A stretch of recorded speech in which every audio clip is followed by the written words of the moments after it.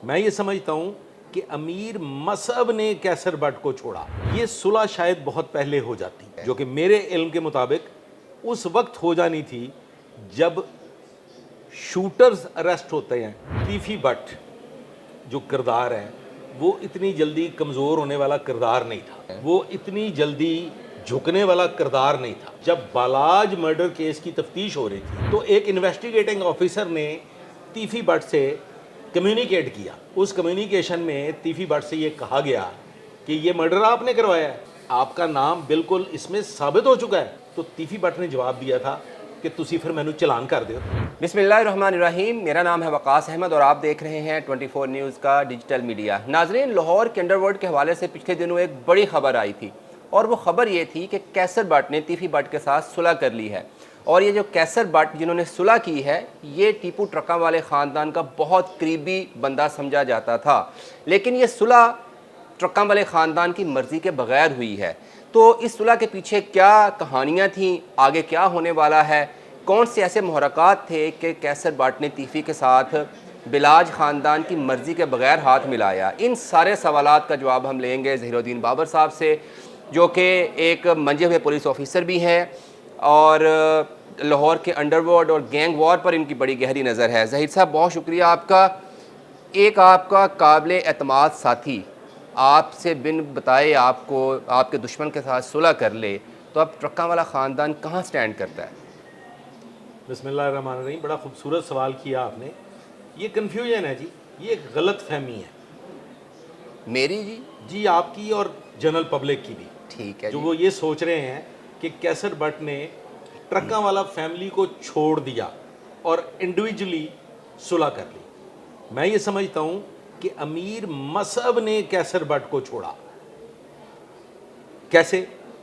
ये सुलह शायद बहुत पहले हो जाती, ठीक है। जो कि मेरे इल्म के मुताबिक उस वक्त हो जानी थी जब शूटर्स अरेस्ट होते हैं, जब वो सारी की सारी टीम अरेस्ट कौन होती से है। शूटर जिन्होंने बिलाज को, जिन्होंने जवेद बट को, जो कि बहनोई थे तीफी बट के? तीफी बट के जो बहनोई हैं, उनके जो कातलान हैं, उनकी गिरफ्तारी के बाद जब तफ्तीश में ये बात सामने आ गई कि ये मसहब की प्लानिंग थी, मसहब ने ये सारा शूट आउट प्लान किया और मसहब ने किसी को एतमाद में नहीं लिया।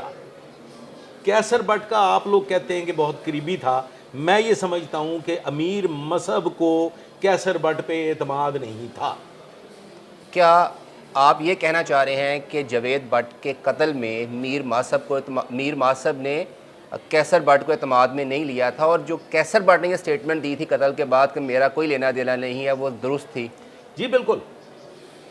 कैसर बट एक सतह तक, एक ख़ास वक्त तक ये नहीं समझता था कि ये काम अमीर मसहब ने कर दिया है। जवेद बट वाला? जावेद बट वाला वो तो जब शूटर अरेस्ट होता है, तमाम कहानी खुलती है, तफ्तीश में तमाम चीज़ें साबित हो जाती हैं, तो ये हैरानगी वाली बात थी कैसर बट के लिए भी। मैं कैसर बट को ज़ाती तौर पे नहीं जानता, लेकिन जो मेरे इल्म में है, कैसर बट कभी भी अमीर मसहब का साथ ना छोड़ता। वो कोई उठाई गिरा नहीं है, वो भाई आदमी है और ट्रक्का वाला फैमिली के साथ यकीनन उसके बहुत करीबी ताल्लुकात थे। बलाज की हद तक वो बहुत करीब रहा, मोहब्बत का रिश्ता था, लेकिन अमीर मसहब ने दूरियां इख्तियार की, खुफिया प्लानिंग करके कैसर बट पे एतमाद ना करते हुए ये एक्शन लिया। और फिर कैसर बट को ये दिखाई दे रहा था कि यार, ना तो मुझे एतमाद में लिया गया, ना मैं इस शूट आउट में शामिल हूँ, ना मैं शूटर इंगेज करने में, ना मैं प्लानिंग करने में, तो मैं शहरदार आदमी हूँ, मैं बिला वजह एक शख्स मुझ पर एतबार ही नहीं करता, वो मुझ पर एतमाद ही नहीं करता, वो ये कार्रवाई कर रहा है, तो मैं किस लिए खामखा अपनी दुश्मनी जो है वो ना 3 में ना 13 में, मैं किसी खाते में नहीं स्टैंड करता, और मैंने दुश्मनी ले ली है तीफी के साथ। कैसर की ये मजबूरी हो सकती थी कि मसहब और ट्रक्का वाला ख़ानदान अब उसके साथ नहीं है। तीफी बट की क्या मजबूरी थी कि वो इस बात पे यकीन कर लेता कि बट साहब थोड़े नाल ज़्यादती हो रही है? देखें, तीफी बट जो किरदार है वो इतनी जल्दी कमज़ोर होने वाला किरदार नहीं था, ठीक है। वो इतनी जल्दी झुकने वाला किरदार नहीं था। आपको इसमें एक बड़ी इंपॉर्टेंट चीज़ बता देता जी हूँ जी। कि दौरान तफ्तीश जब बालाज मर्डर केस की तफ्तीश हो रही थी तो एक इन्वेस्टिगेटिंग ऑफिसर ने तीफी भट्ट से कम्युनिकेट किया। उस कम्युनिकेशन में तीफी भट्ट से ये कहा गया कि ये मर्डर आपने करवाया है, आपका नाम बिल्कुल इसमें साबित हो चुका है कि ये सब कुछ आपने करवाया और इसमें अब कोई शुबा नहीं रह गया, कोई शक की गुंजाइश नहीं रह गई। आप इस मुकदमा में बालाज कत्ल केस में बाकायदा प्राइम सस्पेक्ट नहीं बल्कि प्राइम मुलजम हैं। तो तीफी भट्ट ने जवाब दिया था कि तुसी फिर मैनू चलान कर दो। अच्छा, इस हद तक तीफी भट्ट जो था वो स्टैंड करता था। ठीक। लेकिन साहब हुआ ये है कि जब इस बालाज मर्डर केस का तीफी भट्ट का करीब तरीन रिश्तेदार बिलावल पकड़ा गया था बाहर से। अरेस्ट हो गया तो फिर तीफी भट्ट के पास कोई रास्ता नहीं था। उसे ये इल्म हो चुका था कि अब गुंजाइश नहीं है, मेरे घर का बंदा जो है वो अरेस्ट हो गया है और मैंने अब कोई एलिबाई भी साबित नहीं कर सकता। जब घर का बंदा ही आ गया तो फिर कोई गुंजाइश नहीं थी। तो तीफी भट्ट ने कैसर भट्ट के साथ सुलह करनी थी। कैसर भट्ट ने इस वजह से सुलह करनी थी कि मैं बिला वजह इन्वॉल्व हो गया हूँ, मुझे एतमाद में नहीं लिया, मसहब ने मुझ पर एतबार नहीं किया, और तीफी ने इसलिए सुलह करनी थी कि उसके घर का बंदा अरेस्ट हो गया और कलीदी किरदार अदा किया जिसका इंतज़ार था। मेरे मुताबिक जब ये शूटर पहला शूटर अरेस्ट होता है जावेद भट्ट मर्डर का, उस वक्त ही ये कहानी खुल चुकी थी कि कैसर भट्ट की इन्वॉल्वमेंट नहीं है। पुलिस ने भी ये कह दिया था और मुख्तदर हल्के जो थे उनमें ये बात होना शुरू होगी, मुझ तक भी पहुंच गई थी कि कैसर इसमें इन्वॉल्व नहीं है, मसहब का काम है ये सारा। कैसर तक भी ये बात चली गई थी, लेकिन कोई गारंटर नहीं था, कोई ऐसा शख्स मौजूद नहीं था जो गलत फहमियाँ दूर कर दे और गारंटी के साथ दोनों फ्री कैन को आमने सामने ले आए। कैसर भट्ट को यूं ही सुहेल शौकत भट्ट साहब की तरफ से ये इशारा मिला कि मैं गारंटी करता हूँ, तो उसने एक सेकंड नहीं लगाया, सुलह हो गई। और सुलह की वजह वही कि अमीर मसहब का इंडिपेंडेंटली एज एन इंडिविजुअल किसी को एतमाद में लिए बगैर इस जंग का आगाज़ करना।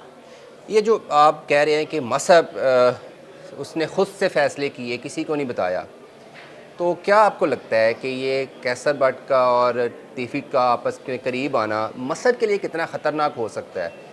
नहीं साहब, नहीं, कोई ख़तरनाक नहीं। अगर मसहब किसी गिनती में रखता कैसर भट्ट को, ठीक है, तो उसे एतमाद में लिया होता। घर का भेती है, घर का साथी था ना, तो भेती भी है ना, भेती भी है, तो उसको एतमाद में लिया होता। उसने कैसर भट्ट को किसी गिनती में नहीं रखा, उसने जो कुछ किया वो इंडिपेंडेंटली किया, अपने तौर पे किया। तो ना उसने जावेद भट्ट पे अटेम्प्ट करते हुए कैसर भट्ट को कोई वेटेज दी और ना ही वो आज ये समझता है कि कैसर भट्ट उसके लिए कोई अहमियत का हामिल है।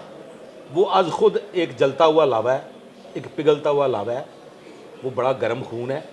कैसर भट्ट की उसको शायद ज़रूरत नहीं थी। यानी कि मीर मसहब और तीफी भट्ट की दुश्मनी है जिसको हम इस सुलह के बाद देख रहे थे कि शायद ख़ात्मे की तरफ जा रही है, ऐसा कुछ होता नज़र नहीं आ रहा। देखें मेरे अजीज़ मोहतरम, ट्रक्का वाला फैमिली के वाहिद सपूत अमीर मसहब वो शख्सियत है जिसने इंडिपेंडेंटली आज खुद जंग का आगाज़ किया। ये पहला मौका है कि ट्रक्का वाला फैमिली की तरफ से कानून हाथ में लिया गया, कानून से मदद नहीं मांगी गई और एक इंडिपेंडेंट फैसला करके जंग का आगाज़ किया और उसमें बड़ी फैटल अटैम्प्ट की। तो ये कोई मामूली बात नहीं है, ये पहली दफ़ा ऐसा हुआ है कि ट्रक्का वाला फैमिली से किसी ने अग्रेसिव एक्शन लिया और वो है अमीर मसहब। कल को अगर कन्फ्रंटेशन होती है तीफी और ट्रक्का वाले में दोबारा से, कैसर भट्ट कहाँ स्टैंड करेगा, क्या लगता है आपको? देखिए कैसर भट्ट ना बड़ी खूबसूरती से, वो मछली होती है ना, पकड़ते हैं आप उसको, स्लिप कर जाती है। कैसर भट्ट स्लिप कर गया। कैसर भट्ट एक समझदार आदमी है, शहरदार आदमी है, वो अफोर्ड नहीं कर सकता था और ठीक मैं है। ये समझता हूँ कि आइंदा आने वाले वक्त में जिस किस्म के लोग बीच में आ गए, जो लोग उस सुलह में शामिल थे, उसमें ठीक एक दो है। पुलिस अफसरान भी शामिल थे, ठीक है। वो लोग ऐसे हैं कि वो कैसर को भी गारंटी दे सकते हैं, वो तीफी को भी गारंटी दे सकते हैं। ठीक है। इनके दरमियान अब ये जंग बाकी नहीं रही। ठीक है। यानी कैसर और तीफी वाला चैप्टर तो क्लियर हो चुका है। क्लोज्ड। अब दो बंदों के मर्डर हैं और एक है बिलाज का, एक है जवेद भट्ट का। क्लैरिटी अब बहुत हद तक आ चुकी है कि बिलाज को तीफी ने मरवाया और जवेद को मसब ने मरवाया। तो ये अब दोनों, ये क्या फ्यूचर है इनका, इनकी पुलिस के पर्सपेक्टिव से अगर हम बात करें, तहकीकात के हवाले से सज़ा मिल सकेगी? जी जी बिल्कुल। देखें, टेक्निकली भी और इन्वेस्टिगेशन के हवाले से भी केसेस मजबूत हैं ठीक। तमाम। देखें, केस में क्या होता है कि आपके पास एक इन्फॉर्मेशन आती है, आप उस इन्फॉर्मेशन के जो एविडेंसेस हैं, जो शवाहिद हैं, उनको डिग आउट करते हैं और फिर उन शवाहिद की आप एक चेन बनाते हैं, कड़ी मिलाते हैं। तो जो वो कड़ियाँ मिलती हैं, वो कड़ियाँ पूरी तरह से मिल के, शोल्डर होता है ना, आयरन शोल्डर, ये शोल्डर गन से वो कड़ियाँ मिल के वेल्डिंग हो चुकी है। उसमें कहीं कोई लूप नहीं है, कोई होल नहीं है। एविडेंस अक्रंस से लेके पीछे प्लानिंग तक वो सारी की सारी चेन मुकम्मल हो चुकी है दोनों केसेस में, बालाज मर्डर केस में भी और जावेद भट्ट मर्डर केस में। दोनों की एविडेंसेस, सॉलिड एविडेंसेस प्रूव हो चुकी हैं। बालाज मर्डर केस में वो वेपन्स जो थे, जो उसमें इस्तेमाल हुए, बिलावल तक, वो सारे के सारे फोरेंसिक से साबित हो चुके हैं। ठीक है। जो बुलेट इस्तेमाल शेल, हुई। वो हर चीज़ मैच हो चुकी है। And finally the same condition is in Javed Bhatt murder case कि तमाम चीज़ें साबित हो चुकी हैं।